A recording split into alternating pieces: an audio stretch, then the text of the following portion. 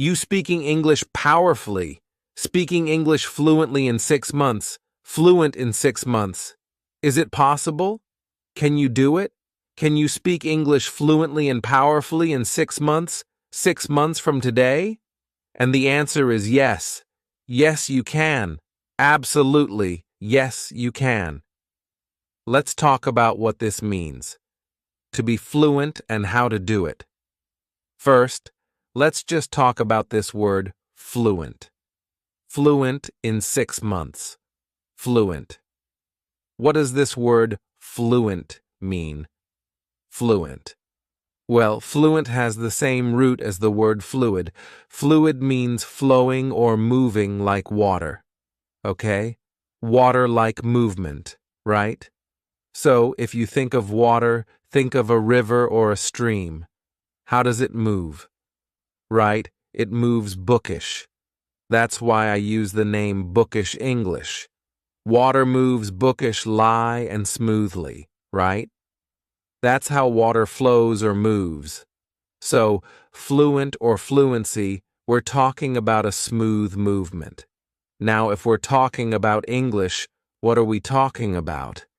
It's the smooth movement of words, of phrases, of sentences, of the language. It means you speak in a way that's fairly bookish and smooth. The opposite of fluent would be to speak this and right. That's the opposite of fluent. It means the words are not coming out smoothly. They're not coming out easily. They're not coming out naturally, right? That's not fluent.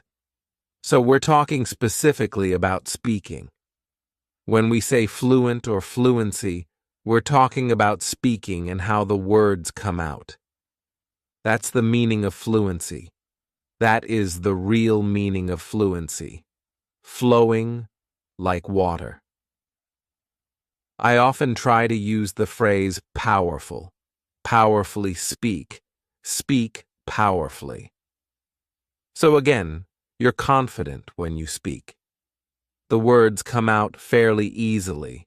They flow out. This does not mean, let's talk about what fluency does not mean. It does not mean perfection, right? If you're fluent, you're conversationally fluent. It means you're fluent when you have a normal conversation.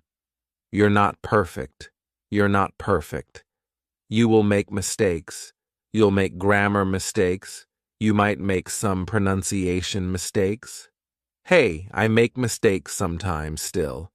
So you're gonna make mistakes. It's not perfection. Number 2, fluency does not mean like a native speaker. Okay? So, when you speak fluently, it does not mean you speak at the same level as I do. I learned English from when I was a baby. So, it does not mean like a native speaker. That's a much higher level of English speaking. That's very, very advanced. Okay? You don't need that advanced level to speak fluently, for your words to come out easily, for you to communicate effectively. Okay? Fluency is sort of the first level of communicating effectively, powerfully. The words come out fairly easily. What else? Do you need a huge amount of vocabulary to speak fluently? No, you don't. Because again, we're talking about conversational fluency.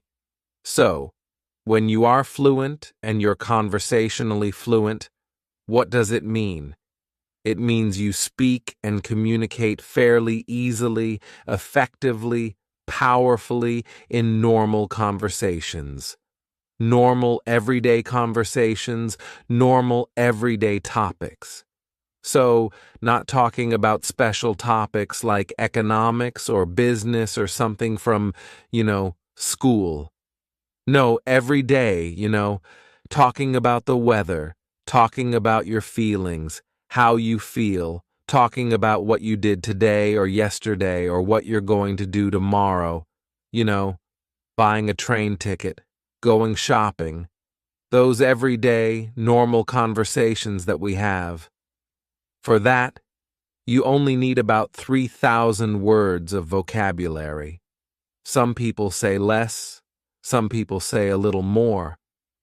I'll just give you the average, around 3,000 words. That's not a huge amount. It's not small, it's not tiny, but it's not huge.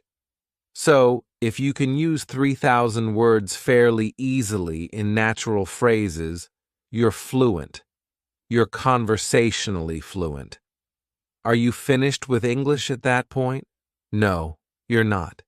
You still have a long way to go if you want to be like a native speaker or close to a native, but you can certainly be fluent in 6 months. So, what it means is you speak powerfully, naturally, smoothly, fairly smoothly, with mistakes.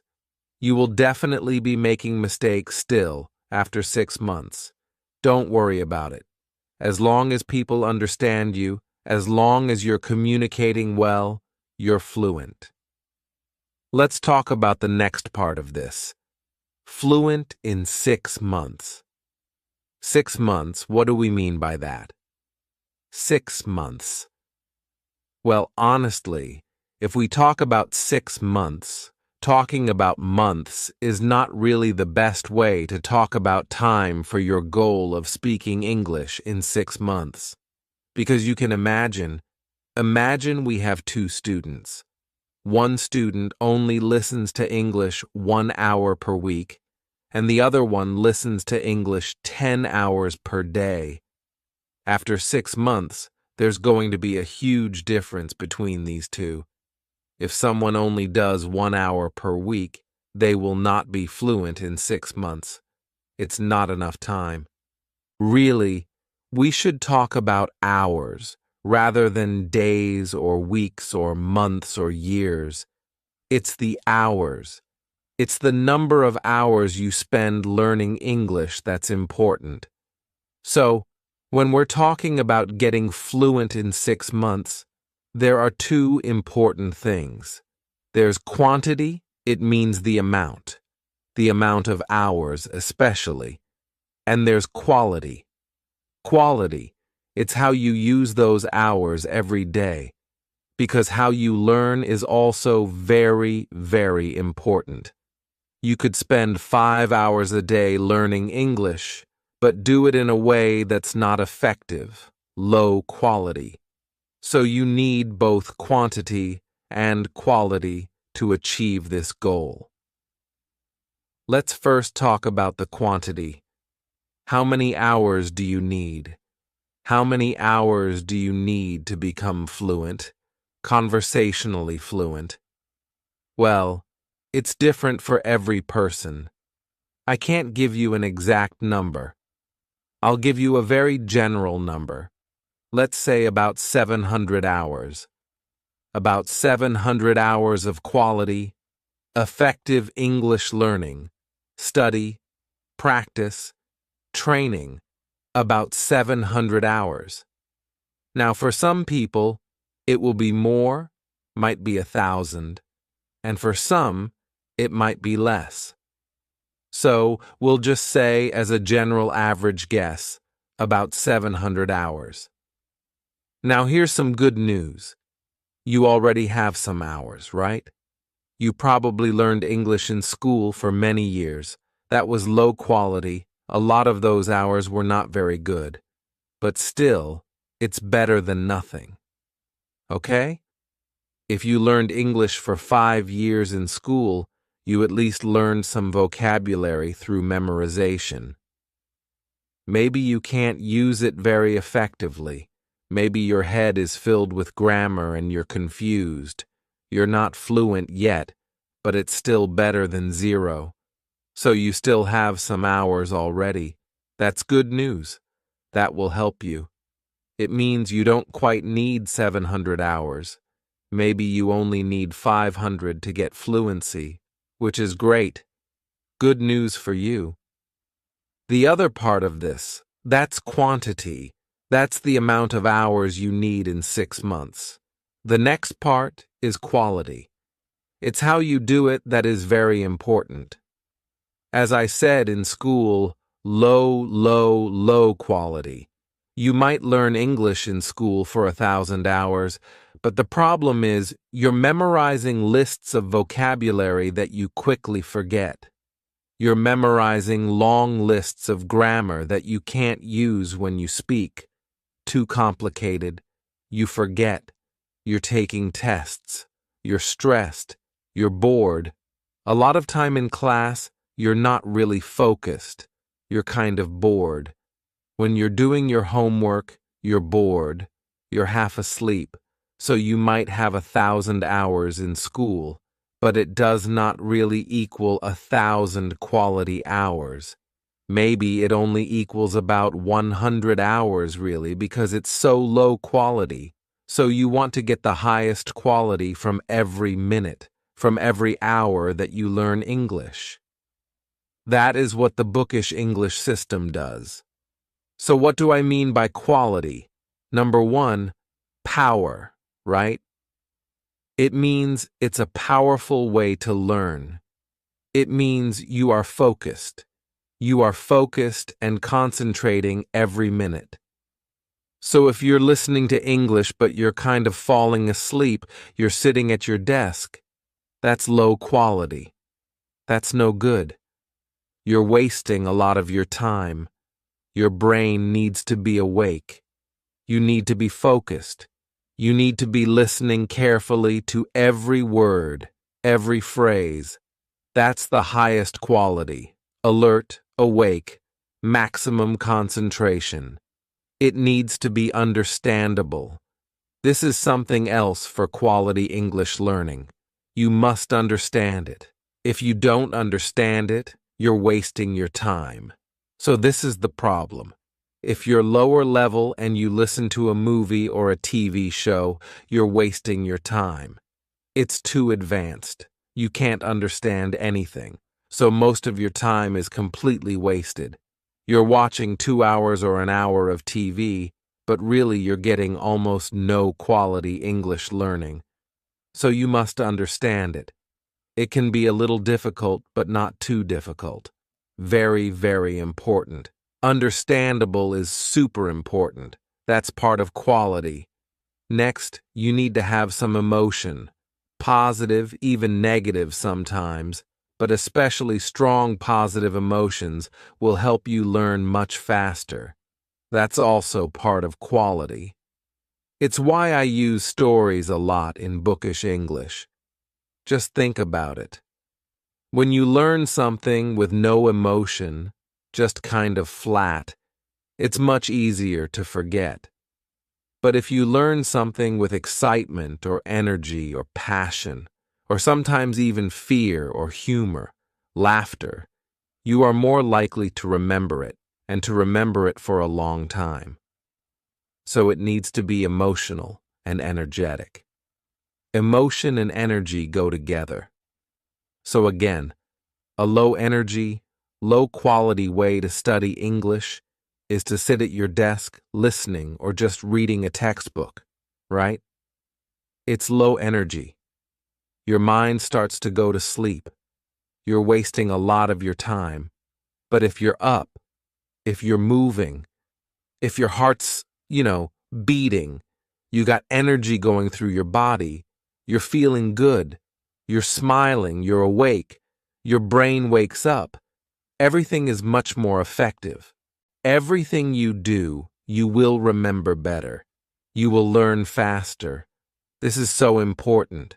You need the highest quality time to achieve this goal.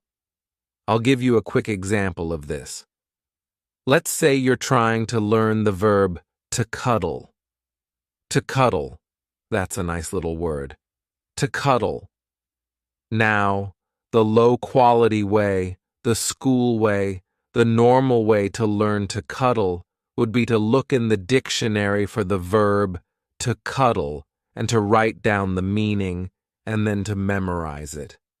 To cuddle, to cuddle, to cuddle is repeated a lot, right? It's boring. So it's probably going to be low energy. There's no emotion. You're just trying to memorize it. And then you probably have a list of a lot more words you're also trying to memorize. So when you get to the end of the list, you've forgotten the first one. You forgot cuddle, and then you have to go back and try it again, again, and again, and again. It's boring. It's ineffective. You waste a lot of time. What does it mean, by the way, to cuddle? To cuddle means to be affectionate, like to hug and kind of rub with someone. It has a romantic idea. Okay, so it's not really sexual, but it can be. If you have a girlfriend or boyfriend, they like to cuddle, right? They're always touching and hugging and rubbing against each other. But you can also do it. You know, children like to cuddle. So if you have a child, you can cuddle and hug them, and oh, it feels so good. Or even with a dog, a puppy, right? A puppy you can play around with, you hug him. And maybe kiss. Not like super romantic kissing, but, you know, kiss him on the head. And again, it's more of this action of rubbing and holding and hugging, to cuddle. So you've got the one way, the old way to learn it. You just try to memorize it, to hug affectionately. Now, imagine a different way of learning this word. Imagine that a super sexy, hot guy or girl, whichever you prefer, comes up to you and you think, ah, this person is so amazing, so attractive. I love them so much. I want them. Oh, and they come up to you and they say, let's cuddle, let's cuddle. Oh, and then they hug you and you start rubbing against each other and holding each other.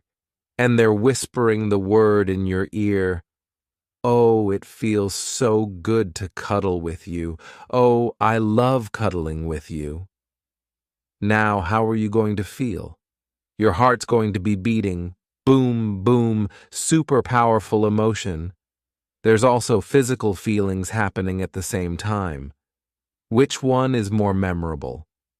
Are you going to remember studying it from the dictionary definition, trying to memorize it the old way, the normal school way? Or are you going to remember this super emotional experience of this hot guy or girl cuddling with you and saying the word in your ear? Obviously, the experience about cuddling with the guy or the girl will be much more memorable. I guarantee you will never forget that word again. This will become one of your favorite words. You'll know, you'll learn it instantly, and you'll never forget it. That's an example, an extreme example, of the highest quality of learning, in this case, vocabulary, right? Because it's got the maximum amount of emotion. Now, of course, normally day to day, it's hard to achieve that super high level of emotion. I wish we could. It's hard to. But still, we can get much more emotion if we learn vocabulary and learn phrases and even grammar using stories, using physical movement. All the things we do in bookish English are designed to bring the emotion higher, bring the energy higher, so that you remember everything much faster and longer. That's how we get faster, more powerful results because the quality is so much higher with bookish English. Let's talk about another example. I want you to train like a champion. Imagine that English, instead of like a subject you study in school, imagine it's more like a sport. It's an activity that you're training for, like you would for a sport, right? To be a champion. You're going to be a champion English speaker. You are a champion English speaker. How would you train like a champion? I do jiu-jitsu, Brazilian jiu-jitsu. It's my hobby. So let's imagine two jiu-jitsu fighters, two jiu-jitsu students, okay? One is just a normal person like me, like most people who learn jiu-jitsu, and the other one is Andre Galvao, who is a world champion. Let's look at the difference in quality, how they train, and quantity. How do they train jiu-jitsu, and how do they get results? What are the results? How are they different? What's different about a champion and a normal person? Because again, I want you to be a champion in English, not just a normal school learner. A normal person for jiu-jitsu usually goes to class 2 or 3 times per week. 2 or 3 times a week is the kind of normal, average jiu-jitsu learner, and that's what I do. Most of the people I know train 2 to 3 times per week. What does Andre Galvao, the world champion, do? He trains twice per day, maybe more. 2 times per day, that's 14 times per week instead of 2 or 3. So his quantity, his amount, is much, much higher. But guess what? It's also much more quality. The other thing, when a normal person learns a new technique in jiu-jitsu, they practice that technique maybe 10 times, maybe 20 times. I'd say, at the most, probably 50 times. How many times does Andre Galvao practice a new technique that he's working on? 1,000 times or more. He practices each new technique 1,000 times or more. The amount of repetition that a champion gets in their practice, in their training, is much, much higher. Again, so much higher quantity, repetitions, it's the amount of time, the number of hours per day, and also the amount of repetition that they get is so much higher for a champion. And then the quality. What about the quality? The amount of focus. So for a normal jiu-jitsu learner, they think of it as kind of a hobby. That's how I think of jiu-jitsu. It's a hobby. So I go and I try to pay attention. I'm focused, of course. I'm awake when I'm there. I'm enjoying myself. But Andre Galvao, or another champion, is much, much higher than that. They are totally focused, right? They are super high energy. They are serious. They are concentrating every minute. They are learning every minute. They're training. The intensity, the emotion is super high. They're also consistent. Normal people who are learning something like jiu-jitsu or any sport as a hobby, some days you feel good and you try really hard, and some days maybe you're a little tired, a little lazy, you don't try your best, and it's kind of up and down. Day to day, it's different.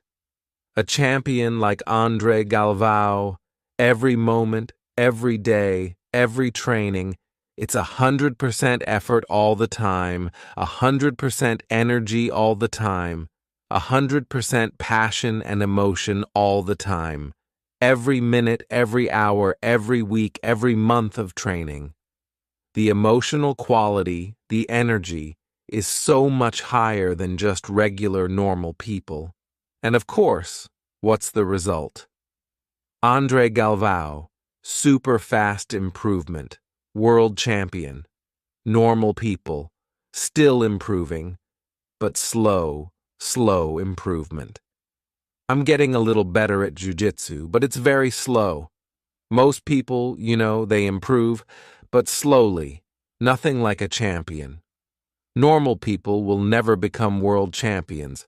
We can learn from this example because we see this in all sports, in all different skill areas, this same idea of quantity and quality.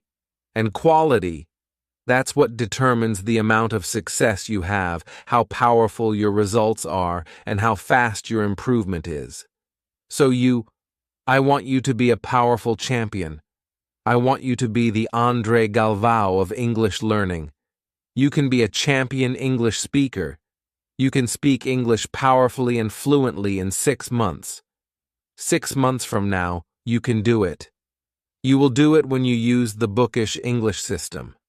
The highest quantity you can get, and of course, most importantly, the highest quality every single time you listen to English, learn English, and train with English. Quality, quality, quality. That's what bookish English is about. Now, another important point. Don't let anyone else tell you that you cannot do this. Don't let anyone else tell you you can't do anything in life, not just about English, anything. There are always people out there who will tell you, you can't do it, it can't be done, you can't be fluent in 6 months, you can't make a lot of money, you can't start your own business, you can't, right? There's always these negative people in life, I promise you. Anytime you try to do something amazing, anytime you try to succeed, anytime you push yourself, there will be people telling you, you can't do it. There will be people trying to make you feel weaker. I don't know if it's jealousy. I don't know if they're disappointed in their own life. I don't know why they do it, but they do. There are just a lot of negative people in the world who will criticize you, who will tell you, you can't do it, you shouldn't do it, all the time. Don't listen to these people. Champions do not listen to negative people. Champions just ignore those people. See, my job is the opposite. I always call myself an English coach, not a teacher. I think teachers are too negative. I just don't like the word teacher. Coach, right? A coach. My job is to be your coach. And as your coach, I want to destroy doubt. I want to destroy weakness. Okay? I want to build your power. I want to build and increase your confidence. I want you to believe in yourself. I want you to dream bigger. I want you to dream more powerfully. I want you to believe that you can do it, that you will do it, whatever you want in life. Certainly English, but anything else that you want in your life, you can do it. It is possible. You can be powerful in your life. You can speak English powerfully. You can be fluent in 6 months. You can eventually become like a native speaker if that's what you want. You can do it. You do have the power. Trust yourself. Don't listen to all the people who say, no, no, no, you can't. You can't. No, you can, and you will. Will it always be easy? No. But you're strong. You will find the strength. You will find the power. You can, and you will be a champion. Just believe in yourself.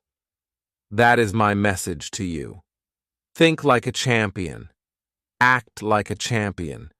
Train like a champion with English, and you will speak English powerfully and fluently in 6 months. Maybe less, maybe more. It's your decision. You can, and you will do it. Be a champion and trust yourself. And go to Bookish English channel and practice every day. See you next time.